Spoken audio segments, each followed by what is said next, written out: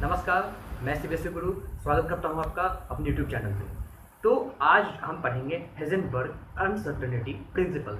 अभी तक हम बोर मॉडल ऑफ एटम पढ़ चुके हैं, हाइड्रोजन एटम पढ़ चुके हैं, जहां पे हमने डिफरेंट हाइड्रोजन एटम्स या हाइड्रोजन लाइक एटम्स के बारे में जाना और वहां पे हमने ये पढ़ा कि भाई किस फिक्स्ड ऑर्बिट में मेरा इलेक्ट्रॉन घूमता है अकॉर्डिंग टू द बोर। ठीक है, किस मतलब ये फिक्स्ड ऑर्बिट में घूमता है, उसका रेडियस क्या होगा, वो उसकी एनर्जी क्या होगी। अब हम पढ़ेंगे हेज़ेनबर्ग अनसर्टेनिटी प्रिंसिपल, जिसमें हेज़ेनबर्ग सर ने ये एक्सप्लेन करने की कोशिश की है कि हम ना तो एग्जैक्ट इलेक्ट्रॉन की पोजीशन के बारे में जान सकते हैं, ना एग्जैक्ट वेलोसिटी के बारे में जान सकते हैं। ऐसा क्यों? ऐसा इसलिए क्योंकि जैसे हमने पहले ही पढ़ा है और इससे पहले हमने पढ़ा है कि मेरा जो इलेक्ट्रॉन है ये डुअल नेचर ऑफ पार्टिकल, यानी इसका डुअल नेचर होता है, एक वेव नेचर, एक पार्टिकल नेचर। एंड ऑब्वियस सी बात है, अगर वेव नेचर है तो 3 × 10⁸ मीटर पर सेकंड से आपका ट्रैवल करेगा। ठीक है, विद सर्टेन वेवलेंथ जो कि हमको दिखाई नहीं देता है, लेकिन उतना ट्रैवल करेगा। उसके अलावा अगर वो ट्रैवल करता है तो हम ये कैसे कह सकते हैं कि 1 सेकंड में यहाँ पे होगा, 1 सेकंड में यहाँ पे होगा, क्योंकि 3 × 10⁸ मीटर पर सेकंड बहुत हाइक होता है। तो हम ये एग्जैक्ट कह तो नहीं सकते कि भाई इस पोजीशन पे होगा, लेकिन ये अनुमान लगा सकते हैं कि भाई इस पोजीशन पे होगा, इस पोजीशन पे होगा। लेट अस सपोज कि अगर आपको किसी चीज़ की चौड़ाई नापनी है, लेट अस सपोज कि आपको इस मार्कर की जो चौड़ाई नापनी है, तो आपके पास एक ऐसा स्केल होना चाहिए जो इसके वृत्त से छोटे छोटे डिवीजन रखता हो, तभी ना आप माप पाओगे। अगर एक ही डिवीजन है जो कि इस लेंथ के, इस वृत्त के बराबर है, तो आप कैसे नापोगे? नहीं नाप सकते। उसी प्रकार से अगर हमें किसी भी चीज़ की मेजरमेंट करनी है, भाई पोजीशन क्या है या उसकी वेलोसिटी है, तो हमें सर्टेन पैरामीटर्स मालूम होना चाहिए। उस सर्टेन पैरामीटर्स को हमें डेवलप करना पड़ेगा, तब जाके हम एग्जैक्ट पोजीशन पता कर पाएंगे। लेकिन हेज़ेनबर्ग सर के अनुसार ये पैरामीटर्स हम ये नहीं पता कर सकते कि एग्जैक्ट कौन से पोजीशन पे या एग्जैक्ट किस वेलोसिटी पे मेरा इलेक्ट्रॉन घूम रहा है। हम जो है कुछ पार्टिकुलर ये अनुमान लगा सकते हैं। तो उन्होंने इस तरीके का वक्तव्य दिया, मतलब कि अपना स्टेटमेंट दिया और कुछ फॉर्मूला दिया। चलिए उस स्टेटमेंट को देखते हैं और फॉर्मूले को देखते हैं, बहुत इंपॉर्टेंट है। ठीक है, चलिए तो देखते हैं सर ने क्या स्टेटमेंट दिया है। उन्होंने कहा it is impossible to determine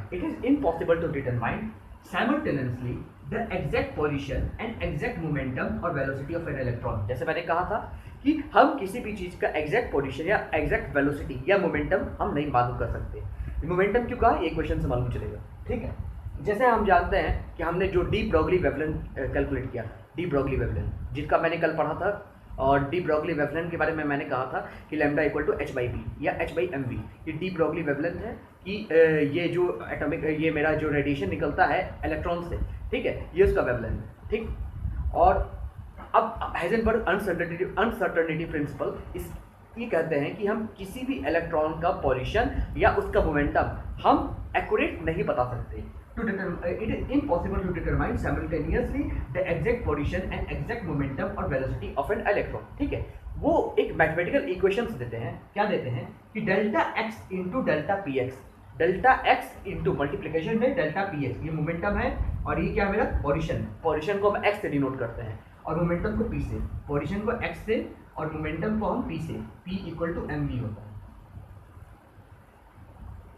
ठीक है, और delta P X more than equal to h/4π। उन्होंने मैथमेटिकल कैलकुलेशन किया और ये रिजल्ट लाए। ये रिजल्ट आपको याद होना चाहिए, delta X multiply by delta P X is more than equal to h/4π, और इन्होंने थोड़ा पी एक्स को रख दिया m इंटू वी एक्स। ठीक है, तो delta X into delta m into V X more than equal to h/4π। ठीक है, और अगर इसी को ये बनाए m को नीचे लें तो delta X into delta V X more than equal to h/4π है, जो कि बहुत इंपॉर्टेंट है, आपको याद ही रखना है। ये फॉर्मूला में बहुत यूज होगा। ठीक है, आपकी JEE mains, JEE advance as well as आपके बोर्ड्स में भी बहुत आते हैं। ठीक है, ये बहुत ज़रूरी है याद रखना। ठीक, अब और क्या याद रखना आपको जरूरी है, जहाँ पे डेल्टा एक्स क्या है, डेल्टा एक्स मेरा यहाँ पे uncertainty in position of particle. जो इलेक्ट्रॉन है उसका अनसर्टेनिटी पोजिशन है कि भाई उसका पोजिशन किधर होगा, हमें मालूम नहीं। उसी तरह डेल्टा पी एक्स या डेल्टा बी एक्स क्या है, uncertainty in momentum in velocity of particle. वो पार्टिकल किस वेलोसिटी से घूम रहा है ये हमको मालूम नहीं। ठीक है, क्योंकि डुअल कैरेक्टर प्रेजेंस करता है particle nature as well as मेरा वेव नेचर। ठीक है, तो ये तो सर ने ये कहा। एक चीज और हम स्टेटमेंट के रूप में लिखना चाहेंगे, हम चाहेंगे आप लिखिए, नोट कीजिए। तो चलिए नोट करते हैं। आई थिंक यहाँ पे नोट कराना चाहिए। तो मैं, हो सकता है मेरा चेहरा ना दिखे, आप यहाँ पे नोट कर लीजिए। तो क्या नोट करेंगे, if we know the accurate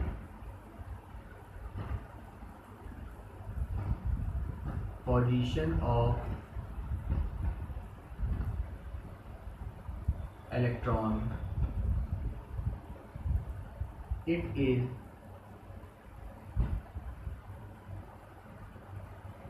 impossible to determine the momentum or velocity of electron। ठीक है, in same manner if momentum or velocity of electron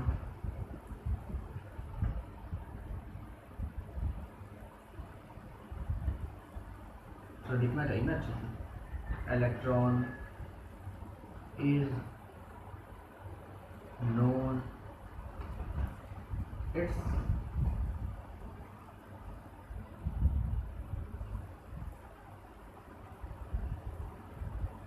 position remains unknown। ठीक है, ये चीज आप लोग पता कर रखिएगा, याद रखिएगा, बहुत इंपॉर्टेंट है ये सारी चीजें। ठीक है, ये इसलिए इंपॉर्टेंट है कि जहाँ पे ये कहा गया है कि if we know the accurate position of the electron, अगर हमें मालूम हो accurate position of the electron, अगर इलेक्ट्रॉन की हमें एग्जैक्ट पोजीशन मालूम हो, इट इज इम्पॉसिबल, ये इम्पॉसिबल है टू डिटरमाइन द मोमेंटम और velocity of the electron, electron का मोमेंटम या उसका वेलोसिटी, ये इम्पॉसिबल है कि हम उसका डिटरमाइन कर पाएं। उसी प्रकार से in the same manner if momentum और velocity of the electron is known, अगर किसी इलेक्ट्रॉन का मोमेंटम या वेलोसिटी हमें मालूम है तो ये इम्पॉसिबल है, इट्स पोजीशन रिमेन्स अननोन, उसका पोजीशन अननोन ही रहेगा, ये हम जान ही नहीं सकते, जो कि यहाँ से मालूम चलता है delta X into delta P X is more than equal to H by 4 या डेल्टा फाइनल जो है delta X into delta B X more than equal to H by 4 जो कि बहुत इंपॉर्टेंट है, आपका आगे जितने भी न्यूमेरिकल्स है वो सारी चीज़ों में ये काम आने वाला है। ठीक है, तो चलिए आगे इसके बारे में और जानते हैं। तो चलिए अब इसका सिग्निफिकेंस देखते हैं। आखिर मेरा जो है ये जो हाइजेनबर्ग अनसर्टेनिटी प्रिंसिपल है, इसका सिग्निफिकेंस क्या है? It rules out the existence of definite paths और trajectories of electrons and other similar particles. इसका ये मतलब है, जैसे कि भोर सर ने बताया था कि मेरा अगर इलेक्ट्रॉन जो है न्यूक्लियस के अराउंड घूमता है, ये इलेक्ट्रॉन है, ये न्यूक्लियस है, तो वो स्पेसिफाइड रेडियस पे घूमेगा, जो कि मेरा आर एन से डिनोट है, तो R N A naught into N square. ठीक है, ये स्पेसिफाइड रेडियस में घूमेगा, जो कि इन्होंने कहा कि आप कैसे बता सकते हैं कि स्पेसिफाइड रेडियस में घूमेगा? नहीं, ये आप नहीं बता सकते। हाइजेनबर्ग सर ने कहा कि ये इट रूल्स आउट, ये पूरा ये खत्म कर देता है भाई आपका थ्योरी कि आप रेडियस बता सकते हैं, एग्जैक्ट पोजीशन बता सकते हैं कि वो किधर घूम रहा है, नहीं, और एग्जैक्ट वेलोसिटी भी बता सकते हैं कि वो किधर घूम रहा है। ऐसा हो ही नहीं सकता, क्योंकि वो ड्यूअल नेचर ऑफ पार्टिकल है, ड्यूअल नेचर बिहेवियर रखता है।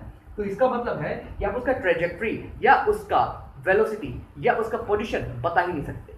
कब बता सकते हैं, कैसे बता सकते हैं? ऐसे बता सकते हैं कि अगर हमें एग्जैक्ट पोजीशन मालूम हो और एग्जैक्ट वेलोसिटी मालूम हो तो हम उसका पार्ट डिटरमाइन कर सकते हैं। तो एक स्टेटमेंट लिख लीजिए, if we know the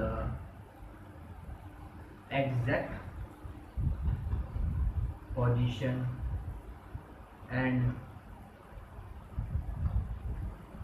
velocity of electron, और उस पर कौन कौन से फोर्स लग रहा है, एंड फोर्स, जो फोर्स लग रहा है, various force acting on it, उसमें कुछ वेरियस फोर्स लग रहे होंगे, ठीक है, various force acting on it, तो ही हम then only we can find exact location or position or path or trajectory of electron। ठीक है, अगर हमें एग्जैक्ट पोजीशन, एग्जैक्ट वेलोसिटी अगर हमें मालूम हो किसका या उस इलेक्ट्रॉन का, और उस पर कितना फोर्स लग रहा है एक्सटर्नली, सेंट्रीपिटल फोर्स हो गया, सेंट्रीफ्यूगल फोर्स हो गया, और भी बहुत सारे फोर्स होते हैं, वो कितना लग रहा है, अगर ये हमें मालूम हो तो हम यहाँ से मालूम कर सकते हैं कि उसका एग्जैक्ट लोकेशन क्या होगा, उसका एग्जैक्ट पाथ क्या होगा, उसका एग्जैक्ट ट्रेजेक्ट्री क्या होगा, किसके अराउंड घूम रहा होगा। ऐसे हम बोर्ड मॉडल बोर्ड सर ने जो बताया, ऐसे इलेक्ट्रॉन को मालूम ही नहीं कर सकते। हेजनबर्ग सर ने पूरा डिनाई कर दिया, ऐसे हम मालूम ही नहीं कर सकते। और याद रखिएगा, ये सिर्फ और सिर्फ माइक्रोस्कोपिक मैटर के लिए, मतलब जो बहुत छोटा हो, जैसे इलेक्ट्रॉन है, इसी तरह बहुत सारे पॉजिट्रॉन आ गए। पॉजिट्रॉन एक चीज़ होती है जो कि आपको आगे बताई जाएगी। इस तरह की चीज़ें होती हैं जो इनके बारे में मालूम करने के लिए हम हेजनबर्ग अनसर्टेनिटी प्रिंसिपल यूज़ करते हैं। और ये होता भी वही यूज़ है जहाँ पे माइक्रोस्कोपिक ऑब्जेक्ट हो। ये माइक्रोस्कोपिक के लिए नहीं है, चाहे प्लैनेट हो चाहे कोई हो, माइक्रोस्कोपिक के लिए ये नहीं है। एग्जाम्पल, जैसे कि हम जानते हैं according to the Heisenberg uncertainty principle, delta X into delta B equal to H by 4 pi M, इतना जानते हैं। लेट अस सपोज हम मास ले लेते हैं 10⁻³ ग्राम, यानी 1 मिलीग्राम का 10⁻³ ग्राम का मास लेते हैं, और मास के जगह वो रख देते हैं, और एच के जगह Planck constant 6.626 into 10⁻34 by 4 pi 4 into 3.14 into mass की वैल्यू 10⁻³। अब जरा इसको कैलकुलेट कीजिए और बताइए आंसर कितना है। आप ऑब्वियस सी बात है, इन सारी को कैलकुलेट करिएगा तो आंसर आएगा 10⁻28 मीटर स्क्वायर पर सेकेंड, ठीक है, जो कि बहुत कम है, बहुत ज़्यादा कम। इसको हम डिटरमाइन ही कर सकते हैं। इसका ये मतलब है कि delta X into delta we का प्रोडक्ट कितना आ रहा है, तो इसका ये मतलब है जितना मेरा माइक्रोस्कोपिक से मैक्रोस्कोपिक की ओर अगर हम बढ़ाते चलेंगे तो मेरा अनसर्टेनिटी प्रिंसिपल वहाँ पे फेल होने लगेगा, क्योंकि अनसर्टेनिटी प्रिंसिपल माइक्रोस्कोपिक ऑब्जेक्ट के लिए बनाया गया है। यहीं पे अगर हम मास ऑफ इलेक्ट्रॉन लेते हैं, मास ऑफ इलेक्ट्रॉन 9.11 इंटू 10⁻31, ये मास ऑफ इलेक्ट्रॉन, अगर ये ले लेते हैं तब क्या बनेगा, तब सिचुएशन बनेगी delta X into delta P is equal to H, यानी 6.626 इंटू 10⁻34, ठीक है, बाई 4 इंटू 3.14 इंटू 9.11 इंटू 10⁻31। इसका आप कैलकुलेट करेंगे, इसका आंसर आएगा लगभग 10⁻⁴ मीटर स्क्वायर पर सेकेंड। यानी इसको हम कर सकते हैं। अगर 10⁻28 और 10⁻⁴ ये दो चीज़ देखें तो ऑब्वियस सी बात है, मेरा ये चीज़ क्लियर हो जाना चाहिए कि मैक्रोस्कोपिक ऑब्जेक्ट के लिए मेरा हेजनबर्ग अनसर्टेनिटी प्रिंसिपल नहीं है, सिर्फ और सिर्फ माइक्रोस्कोपिक ऑब्जेक्ट के लिए, माइक्रोस्कोपिक मैटर के लिए ये सारी चीज़ें मैटर करती हैं, ठीक है। तो ये हेजनबर्ग अनसर्टेनिटी प्रिंसिपल का थ्योरी है। तो आगे हम कुछ और बताएंगे अनसर्टेनिटी प्रिंसिपल के बारे में, क्योंकि यहाँ पे जगह नहीं है। उसके बाद हम कुछ न्यूमेरिकल कराएंगे इसके बेस पे, जो कि बहुत ज़्यादा इंपॉर्टेंट है, ठीक है। चलिए, तो स्टूडेंट्स आई थिंक कि मैंने हेजनबर्ग अनसर्टेनिटी प्रिंसिपल, नाम लेने में बड़ी अजीब लगता है, उसको अच्छे से बता दिया है। उसमें ज़्यादातर नहीं जानना है, बस इतना जानिए कि पोजीशन और वेलोसिटी ऑफ द इलेक्ट्रॉन हम डिटरमाइन एक साथ नहीं कर सकते। अगर एक नोन रहेगा तो दूसरा नोन रहेगा, दूसरा अननोन रहेगा तो पहला नोन रहेगा, ठीक है, ठीक है। वो फॉर्मूला को याद करके, वो फॉर्मूला को डिटरमाइन करके आगे कहाँ हम पहला न्यूमेरिकल करते हैं आज के लेक्चर का, ठीक है। वो क्या न्यूमेरिकल है, चलिए देखते हैं। A microscope using suitable photons is employed to locate. Microscope obvious सी बात है, जैसे हो सकता है मैंने पहले ना बताया हो, लेकिन जो वेव नेचर ऑफ इलेक्ट्रॉन है उसका यूज़ करके माइक्रोस्कोप का डेवलपमेंट हुआ, इलेक्ट्रॉनिक माइक्रोस्कोप, जिसका मैग्नीफिकेशन 10⁻15 टाइम्स था, और इससे हम बहुत बड़े बड़े चीज़ देख सकते हैं। ठीक है, माइक्रोस्कोप जो है वह वेव नेचर ऑफ इलेक्ट्रॉन इसके प्रिंसिपल पे बना था। ठीक है, और इसके प्रिंसिपल पे ही इलेक्ट्रॉन माइक्रोस्कोप बना था, और उसका मैग्नीफिकेशन 10⁻15 टाइम्स मैग्नीफिकेशन। ठीक है, ये बहुत इंपॉर्टेंट है, थोड़ा ध्यान रखिएगा। पिछली बार हो सकता है मैंने ना बताया जब wave nature of the electron के बारे में बताया, मतलब ड्यूअल नेचर ऑफ मैटर। ठीक है, तो इसमें क्या है, is employed to locate an electron in an atom within, हमें एक एटम में इलेक्ट्रॉन को लोकेट करना माइक्रोस्कोप से हम देख रहे हैं। ठीक है, और इसमें दिया है कि with in distance of 0.1 angstrom के डिस्टेंस में हमें लोकेट करना है इलेक्ट्रॉन को। ठीक है, what is the uncertainty involve in the measurement of इस वेलोसिटी। ये कितनी प्रबलता है, ये कह सकते हैं कि भाई कितना ये प्रोबेबिलिटी है कि कितना अनसर्टेनिटी की हमें वेलोसिटी मालूम चल ही जाएगा। तो कुछ नहीं करना है, बस फॉर्मूला लगाना है, delta X into delta P is equal to h/4π। ठीक है, जब सॉल्व करें तो मोर देन वाला साइन हटा दिया करें। तो यहाँ से हम क्या लिख सकते हैं, delta X into M delta V equal h/4π। यहाँ से हम डेल्टा वी की वैल्यू हमें क्या निकालना है, वेलोसिटी। तो यहाँ से डेल्टा वी की वैल्यू आ जाएगी h/4π into delta X into M. अब यहाँ पे थोड़ा सॉल्व करते हैं, ये क्या आएगा 6.626 Planck constant into 10⁻34 upon 4π 4 into 3.14 into delta x. Delta x की वैल्यू कितना दी है, डिस्टेंस ऑफ कितने डिस्टेंस में मालूम करना।